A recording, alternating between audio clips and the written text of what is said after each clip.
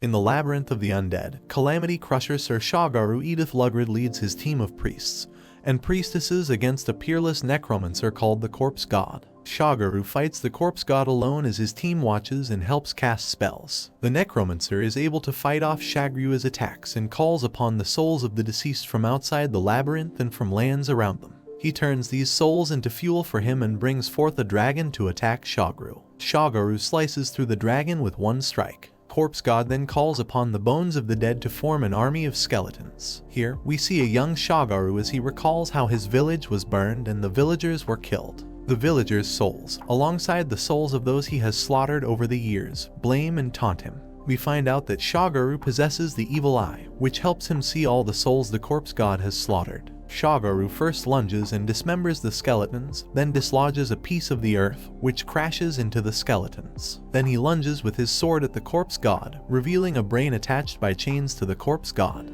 This is his true form. Corpse God mentions how Shagaru also enjoys screams of agony by his victim, and that they are very similar as they play the Grim Reaper, to which Shagaru disagrees repulsively. Corpse God weaves a spell unknown to Shagaru, and he lunges forward to stop it. He charges forward and crushes the Corpse God, his sword piercing through the spell. We see a teenager reliving this moment, unsure if his spell worked. He opens his eyes to see the sky above him and unfamiliarity strikes. He notices that his hands are small and frail. He walks into the alley with a slit of his throat to reveal a city. He quickly realizes that everything is unfamiliar to him, from the language to the people. Then, a drone moves closer to him, revealing a man on the other end. The man on the other end, Takumi Kiruya, calls someone to inform them that the target is still alive despite the gash on his throat. The teen boy continues to move around in the unknown city, looking around and concluding that this land is peaceful when he comes across children laughing. Two policemen stop to talk to him in a foreign language, and he extracts the language of this land with the help of the body's brain, concluding that they're speaking Japanese. Here, we find out that the boy's name is Polka Shinoyama. One of the policemen inquires about the slit on his throat. Right then, a girl crashes into the other policeman's head and mentions how she's glad Polka is okay, leading him away from the policeman. A black-haired man and a blonde-haired man inquire from far away, mentioning how something is always up in Shinjuku.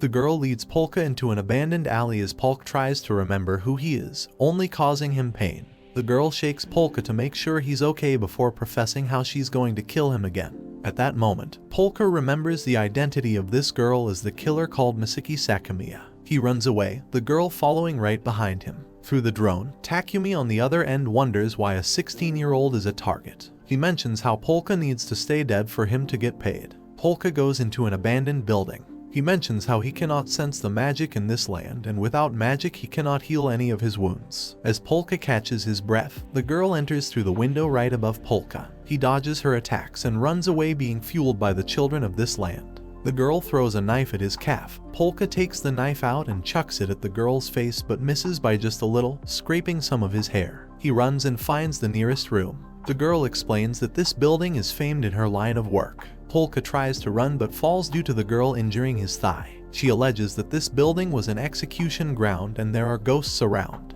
At the mentions of ghosts, it is revealed that the possessor of Polka's body has the evil eye. He sees the souls of the dead around him. Polka calls upon the souls once more as the girl dashes forward. Polka's possessor is revealed as the Corpse God as he turns these souls into a giant skeletal hand, impaling the girl. The guy on the other end of the drone gasps. We go into the other realm as Corpse God's brain and the skeletal figure lie. Shagaru is uncertain about the Corpse God's death, mentioning that his spell worked. The spell worked as teleportation, as when Shagaru tried to look for the Corpse God's soul, it vanished. It is mentioned that Corpse God vanished from their world according to the observation unit. Corpse God thanks Misaki for bringing him into a peaceful land and for bringing him to a place with so much magic around them. Corpse God begins to tell the story of his life. He mentions how those who possess the evil eye cannot live a peaceful life. As a child, his parents sold him to the court sorcerer where he fought as the necromancer until he defeated the empire, but the only thing he wanted in life was peace and desired to live quietly. We see the Corpse God sitting behind a boulder listening to the laughter of children around, playing with them and making them food. He then falls for the girl standing next to him. Then, soldiers are ordered to kill the village and save the children, where they kill the girl the necromancer loved. He holds her as guards surround them. He starts his revenge that lasted a century, killing and tormenting soldiers. He resides in a labyrinth with the corpse of all the soldiers he murdered. As time goes on, His longing for peace increases and waits to meet his end where he can cast the reincarnation spell. His spell succeeded and he reincarnated into Polka. The corpse god states how he can't die but he doesn't know what is happening. He panics at how easily Misaki was killed through just a stab through the gut as he shakes her with the skeletal hand. The corpse god then thinks that he can't live a peaceful life if he's on the run from the city watch as he cannot prove he did in self-defense. Meanwhile, Takumi watches all of this on his drone. He thinks he has lost his mind as he cannot believe what's going on. A woman named Clarissa contacts him and she wonders why it is taking so long. He sends over the video of a skeleton to Clarissa wondering if it is him or Shinjuku that has gone mad. The scene changes and we see Misaki as a young girl with her parents. But one day, a crazy man kills her parents in front of her. After witnessing their deaths, Misaki becomes an assassin that goes by the alias Zaki the Killer. She shoots a man in the wrist. He mentions how Clarissa wouldn't let her get away with this and she answers back saying that Clarissa is the one who hired her in the first place. The man recognizes her as the young Gyros whose parents he killed. He asks her if this is about revenge or if she thinks she's a hero for only killing killers. She replies saying that watching him made her wonder if killing is that fun and says how killing killers is fun. She also mentions that she never checked if she can kill good people and asks the man if he's a good person. Before he can answer, she kills him. Later, Clarissa asks if she would be able to Polka Shinoyama, who isn't a killer. Misaki answers saying that she has fulfilled her goal so she doesn't mind and wants to find out to what extent she can go to. After killing Polka, Misaki doesn't feel bad saying that she can kill good people the same as the bad ones. She then thinks that someone like her should die as she won't make anyone happy, not even herself. She says how the only thing she hasn't tried is killing herself. She jumps off the roof but before she could fall her phone rings. She stops herself from falling. She answers the calls where she finds out from Takumi that the boy she killed is still alive. The flashback ends and Misaki wakes up to the corpse god looming over her. He is glad that the magic worked. Misaki wonders how she's still alive after being impaled. The corpse god answers saying that she's being reborn through magic. Right then Clarissa appears and hugs Misaki. She wonders how Misaki is cold and has no pulse, declaring that she's 100% dead. The corpse god mentions how she's a zombie according to this world's terminology, surprising Misaki. The scene takes us back 40 minutes where we see Takumi looking at the scene through his drone.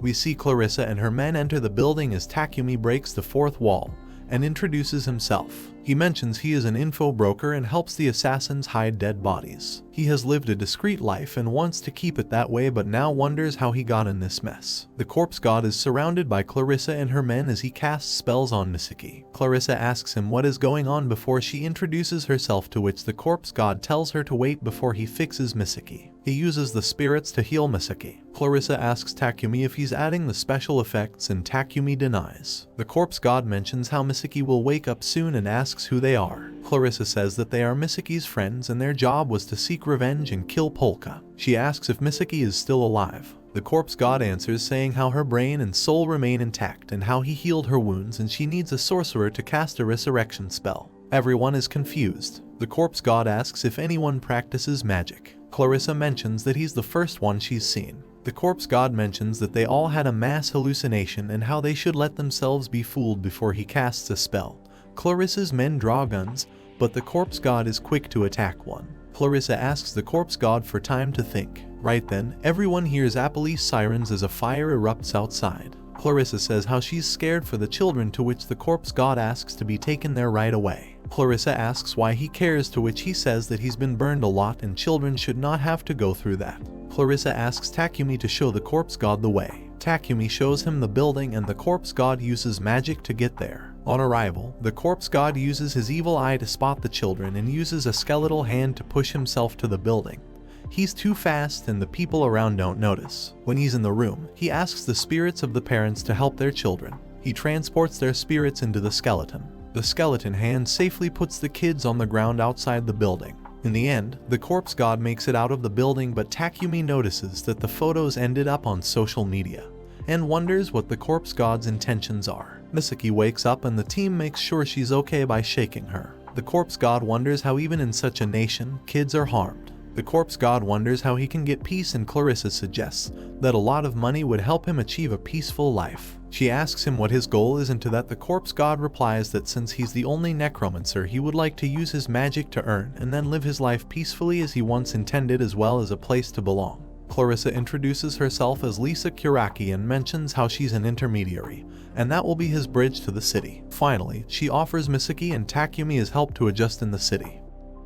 Episode 3 starts with Misaki watching the video that went viral. Takumi and Misaki help the corpse god move in while he guides skeletons to move his things. Takumi asks Misaki if it makes her uncomfortable to hang around corpse god since he was the one who killed her, to which she replies that she found it exhilarating as she had never experienced it before. Takumi asks if the corpse god would mind helping in moving boxes. He says that he doesn't know much about the world, and that scares Takumi as he remembers how strong the corpse god is. Takumi then brings up what corpse god has done about the relatives of Polka, the boy the corpse god currently resides in. Corpse god has sent them postcards, suggested by Clarissa, and told them that Polka has gone to rediscover himself. Here, corpse god also mentions how language is easier to pull out of Polka's memory than any other events due to the repetition, and that the only event that he can remember from Polka's past is the time Misaki killed Polka. Further on, Takumi expresses how he is still not fully understanding the other world concept, to which the corpse god says that the animal known as the whale is known as the legendary beast in his world.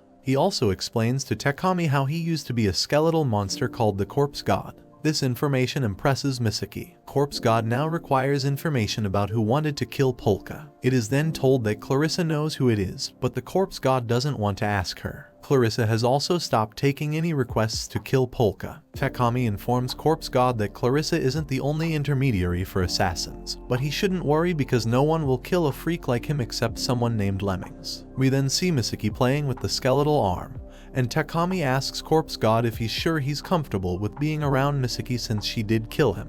To this corpse god replies that he doesn't mind as it was not him that she killed. Besides, Polka asks him to forgive her. Takumi is surprised and asks if he's talked to Polka's ghost, and the corpse god replies that he's just moved Polka's soul into the drone that Takumi previously controlled. He asks if he can use the drone temporarily to keep Polka's soul before he finds another object to move it to. Here, the corpse god also mentions how human lives are like toys to him. This makes Takumi uncomfortable. Corpse god decides that he's going to need money and, therefore, will search for a job. Right then, Takumi notices someone at the door and conveys that they're probably there for Misaki. Outside, a man in a gray suit begs Misaki to assassinate someone, but she is hesitant as she says she has another job. Just then, the corpse god descends down from the window and accepts the job. The man at first gets upset at the interruption, but Misaki says that if the corpse god is on board, she will accept the man's request. When they get to the scene, the man informs them that the assassins that they're there to kill are borderline psychopathic because they kill the victim's whole family. Just then, Misaki has a flashback to her childhood and her parents getting brutally murdered and dashes closer to the building. She is soon surrounded by many men that she easily fights off, calling them wimps. Just then, a hole can be seen in her stomach, and the man who hired her has shot her through the stomach. He turns to the corpse god and tells him to finish the job, to which the corpse god realizes what was going on. Corpse god then tells the man that Misaki is a zombie and therefore cannot die. The man questions what Misaki is, and in his earpiece, Takumi asks how the corpse god knew that the man was lying, to which the corpse god says that he saw the ghosts of the children that the man has killed and accepted their request, not his. The corpse god starts his magic and a large skeletal hand rises from the ground and forms a ball on the earth, trapping all the men inside. The crying souls of the children look for their parents, and the corpse god apologizes to them and says that he won't demand payment for it. Misaki is surprised to find no bullet wounds on her body. Takumi asks corpse god why he listened to the children if all lives are toys to him. The corpse god answers that he likes toys as they make children happy. Takumi realizes that he's been wrong about the corpse god all along, and that it is he and Misaki who are morally questionable. The scene cuts to Clarissa in the bathtub, answering the phone and rejecting any hits put on Polka. Soon, two men are shown entering an abandoned building. They seem to be looking for someone as they turn to a door. One man goes inside into the dark room, and when he turns around, the other man is gone. We find out that the other man is Lemmings. A hand then comes out of the dark and grabs the man. The scene cuts to the corpse god and Misaki reading a comic about vampires. Misaki asks if vampires are real, to which the corpse god replies that with enough mana, he can turn her into one. Watching from his screen, Takumi sighs at the pairing. The scene changes again. The scene is now a bar where the blonde man sits, waiting for Clarissa to start her shift. While a waitress is walking by, he reaches over and touches her inappropriately, soon to get his head crushed by a man with blue hair and a dark blue mask. The bartender explains that they have a hands-off policy. Now we are back to Corpse God, Takami and Misaki enjoying a pizza when Takami asks what Misaki being a zombie means, to which Corpse God replies that she cannot get injured and she should start eating raw meat to heal faster. She then goes over to the Corpse God and bites him. The Corpse God falls over. The scene changes again to the outer area, and we see two policemen investigating the scene where a bandaged man stands over the ball that the Corpse God made before. Although, the man disappears as soon as the policemen shine their light. We then see a dark-haired man slamming her head into someone and drawing blood. Back at the bar, the blonde-haired man gets a phone call, which annoys him. At the center, Takami asks the Corpse God questions about his world. Misaki mentions how she will use her teeth to kill now. Corpse God also mentions that he made sure not to kill any one of those men who shot Misaki. He mentions that he made sure that they would never kill again.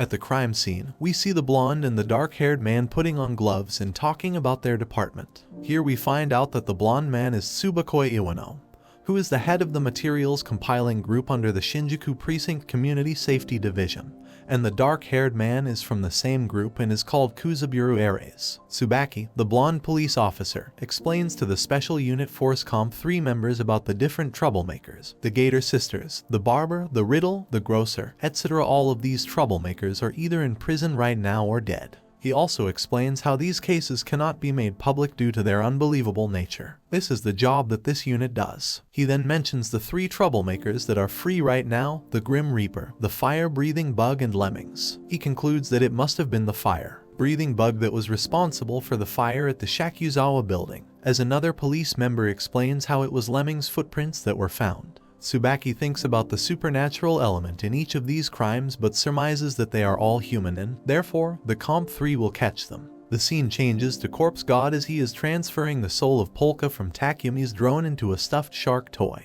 Takumi is glad to have his drone back. Corpse God explains to Polka's spirit that he is just borrowing his identity and apologizes for doing so. Misaki enters the room and hugs the shark toy, exclaiming how cute it is, unknowingly hugging Polka. Takumi comments that the real Polka might be weird because he gets excited about Misaki, the girl who killed him. Corpse God explains that he can allow Polka to talk, but he would require a new set of human vocal cords. Additionally, it would take up too much mana. He also mentions that he should focus on replenishing his magic first before they think about their monetary situation. Corpse God goes through the different ways he can replenish his magic, a few of them being performing exorcism on ghosts, or buying mana stones, regular gemstones in this world. Takumi comments about how gemstones are expensive. The scene changes again, and Corpse God and Misaki go to a jewelry store but quickly leave after seeing the high prices. They run into Ares, but he walks past them to catch Takumi's drone and asks him why he is trying to run away.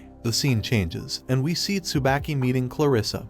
He mentions that he wants to talk to her and asks about her involvement in the Shakuzawa fire and the Tangled Humans. The scene changes again, and Ares apologizes to Corpse God and Misaki for scaring them and ignoring him. When he tries to get Takumi to talk, the Corpse God interjects and says that the drone belongs to his friends. Ares tries to tell him that he should not be friends with someone like Takumi, but Corpse God tells him that he gets to choose who he stays friends with. Ares demands that the Corpse God tell him about himself. The scene changes into a flashback where Takumi explains his past experience with Detective Ares, Ares having wiped out the gang Takumi first worked for. Takumi advises Corpse God not to answer his questions and hide his power. Ares asks Corpse God if his parents taught him about not being friends with strangers, and Corpse God says that his parents sold him so he wouldn't know, which causes Polka to remind Corpse God that he's borrowing his body, and hence shouldn't say things as such. Takumi calls Ares and tells him that Corpse God and Misaki are just some gaming buddies, and that if Ares continues to harass them,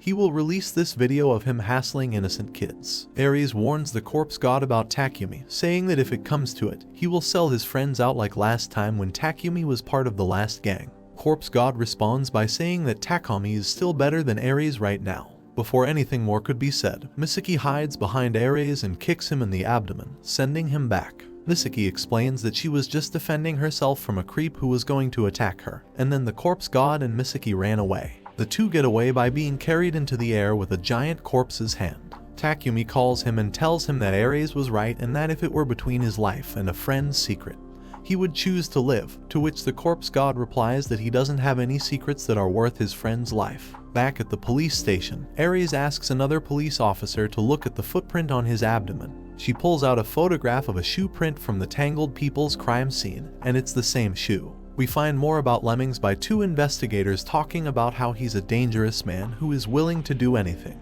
One talks about his altercation with Lemmings, exclaiming that he was killed without being phased, without anyone knowing. Lemmings is inside the room looking at the photo of Misaki's footprint. The scene changes, and Tsubaki is drinking at Yudaokoru, and he drunkenly asks Clarissa to confess to working with the Grim Reaper. A girl comments on how cute the name Lemmings is, to which Tsubaki answers, saying there is nothing cute about Lemmings. Clarissa considers warning Corpse God not to show up, but Misaki arrives at the bar with Corpse God. At the same time, Ares texts Tsukabe, and he notices that the people who are involved in the Tangled Men case share similar traits to Corpse God and Misaki, and he decides to start talking to them. Takumi watches as Ares heads out of the police station, and due to an altercation with his coffee, he completely misses Lemmings and the camera. The scene changes, and Ares arrives at the bar where Misaki incriminates him as the guy who tried to hit her, which Ares denies. The lights at the bar suddenly go out, and Corpse God notices something on the ceiling. And when Clarissa lights a candle, they find Lemmings hanging from the chandelier. Lemmings drops down and lands on the table. The episode begins with Lemmings on the scene, and instantly Clarios's fighters take out their weapons ready to fight, which Clarissa advises them not to, as Lemmings would have killed someone if that was his intention. Ares tells Tsubaki the same thing, as trying to guess Lemmings' intentions are useless, therefore they should focus on catching Lemmings. Tsubaki reminds Ares that they have witnesses as Ares is preparing to attack. Misaki tells the Corpse God that Lemmings are more dangerous than the police, and Corpse God mentions how he can tell that due to the ghosts of people he has killed. They seem to be filled with hate and fear. Lemmings pushes two men towards the wall, when Ares attacks him with a broken bottle into his core. The bottle soon breaks, and Ares attacks with a baton, which Lemmings catches mid-swing. Lemmings turns around and goes to Misaki. He picks her up and walks away. Here Corpse God wonders that if his powers are found by the police, he can bid goodbye to his dream of a peaceful life. Regardless, he decides to attack Lemmings anyway, saying that he will never have peace until he opposes Lemmings. Lemmings and Ares continue to fight. Corpse God comments on how similar Lemmings is to Shigure Lugrid. Clarissa turns off the light to protect the Corpse God's powers and identity. Tsubaki uses a torch to lighten the room and sees just a corpse hand holding Misaki up and someone fleeing the scene. Lemmings run through the many skeleton hands that Corpse God has casted as a spell. They all teach him, but Lemmings can escape this. Lemmings then smashes that hand that holds Misaki and whispers a question into her ear, which Misaki refuses to answer. But then she grabs Lemmings' arm and says that Polka is innocent and bites his hand. Although the bandage is too thick and her paralytic saliva can't initially go through, but she tries and it works, which leads Lemmings to sway a bit. Corpse God calls forward all the souls Lemmings has killed into a giant skeleton. The skeleton stretches out an arm at Lemmings and the screen goes dark. The light illuminates the room as Tsubaki smokes, mentioning that they were useless at the scene of the crime. Clarissa mentions how awful that is. Tsubaki mentions how he has no courage to come back to the bar without a weapon anymore. Clarissa reminds him that the room is a non-smoking zone. Further in, we see Lemmings mention something to a blonde man who throws a file with the Shinoyama family. Lemmings mentions that someone called Jinba is dead. The man addresses Lemmings as Nezu. Lemmings points at Polka's body from the photo. Misaki and Takumi call and discuss Lemmings, the Corpse God who thinks about the ghosts around Lemmings. Corpse God thanks Misaki for telling Lemmings a secret, and she says that they're even who saved her life from Lemmings. Corpse God has a flashback to his teacher telling him about helping people who he wanted to help. She says that he is going to live a very long life, which will cause time to be arbitrary. The flashback ends and the Corpse God mentions how with this body he won't be able to save anyone. He calls out to Takumi and Misaki and mentions how he does not wish to live a peaceful life on the expense of the sacrifice of someone he's friends with. The scene changes and the blonde-haired man points out Polka and mentions that playtime is over. The scene changes again and Corpse God mentions that he wants to start his own business. He mentions that he requires money and that's why he needs money. He mentions how necromancy is good for other things as well, such as writing on paper, which he then demonstrates. They make a sign and Takumi disagrees. After showing the money they've made to Takumi, Takumi shows Corpse God information about the people. Corpse God is very glad to earn and wants to split it 5 ways between Polka, Takumi, Misaki, and Hosorogi. Polka rejects the money, saying that he hasn't earned it, as soon as Takumi is about to tell Corpse God about Polka's living situation. The door opens and 3 suited men and 2 kids enter, explaining to see Polka. They call him Uncle Polka. They mention how they haven't seen each other in half a month. The girl mentions that the peasants have puffed him here and that he would never run away from home. The niece is disrespectful towards Takumi and he threatens to call the police because she has entered without permission, to which both the niece and nephew are shocked. As soon as the niece is about to say something, the bodyguard tells her to stop, as Takumi might be recording this. Polka interjects that Takumi is making himself a target to save Corpse God, but his niece is on the verge of tears. Corpse God hugs both the children and says that they both have a future. Corpse God mentions that he is not Polka but an acquaintance of Polka, and he reminds them that Polka will return home tomorrow. Corpse God looks up to see a ghost which wails for the twins to be helped, and he tells the ghost that he will keep them safe. Corpse God mentions that the spirit is not evil, but just wants to take care of the twins. Takumi mentions that Polka is quite wealthy and asks if he'll go back to his house, which Corpse God agrees to. Corpse God is woeful about his peaceful life, and Takumi mentions that it might be dangerous for him to go to his house, as someone might try to kill him there. The scene changes and the twins walk up to a car and we see the blonde man again. We find out that his name is Takeru. He asks about Polka and warns the twins about an incident with Shizuka. The episode begins with the Corpse God and Misaki standing in front of a huge bungalow. They both mention how grand the bungalow is. The door that opens, revealing the 2 twin siblings welcoming the Corpse God as Polka. With them, Teruko comes out as well, mentioning how Polka was supposed to be on a self-finding journey, to which the Corpse God replied that he has found himself in Shinjuku. The scene changes to the family sitting around the table, and Misaki tells the family how without Polka she wouldn't be here, and that he has saved her multiple times. His nephew notices the shark toy in which the Corpse God has saved Polka's soul in and mentions that it seems to be moving. Then an old man enters the room and says that he is the master of the house. He is the father. The grandfather calls Polka to him and asks him if he has anything to say to him. The Corpse God first apologizes, saying that he's sorry that he left home, for the grandfather says that he should say that he's home instead. The grandfather and the Corpse God go on by themselves, and he mentions how he now runs a fortune-telling business. They talk more, and just when the Corpse God thinks he has fooled him, the man asks who the Corpse God is, as he looks and sounds like Polka, but he isn't Polka. The Corpse God continues to say that he doesn't understand, to which the old man points a knife to his throat and mentions that he is his father, and therefore knows him very well. Corpse God has a flashback and mentions this is not how he has known parents to be. Polka's father asks Corpse God where Polka is, and he replies by standing up and saying that he thinks that the twin siblings are in danger. He tells the old man that he promised to protect those children, so he's leaving, and to trust him that he'll explain everything later. The old man then lets him go. We see someone underneath the table, mentioning how he should have killed the Corpse God. Then from a distance, the father sees a dark orange light beaming. There's a scene change and the twin siblings are shown from the perspective of another. The girl is shown having lost her purse, and this person says that they will help find it. The scene changes to a dark forest, where the woman has found the purse of the girl, and looks over the bushes and sees 2 men talking. They talk about how they've waited for a long time and they're going to burn the twins. They mention that they're going to blame it on the twins, playing with fire and excuses as such. The men then talk about how they smell sweet flesh that they would like to burn, and suddenly the woman turns to ashes. We find out that this is Suzuka, who has previously been mentioned to be in a terrible incident. The twins are saved, but the girl is killed. That is the spirit that follows the twins everywhere. There is a man who tells them to follow him, and the spirit is seen begging them not to leave. Back at the police station, we see Tsubaki and Aries sitting across from someone called a phantom solitaire. Tsubaki shows him the video of the corpse walking around saving the children. The detectives then further question the phantom solitaire. They talk about the fire bug, an infamous arsonist. The scene changes again and we see the twin siblings following the man until the niece stops midway and says that there is no way out.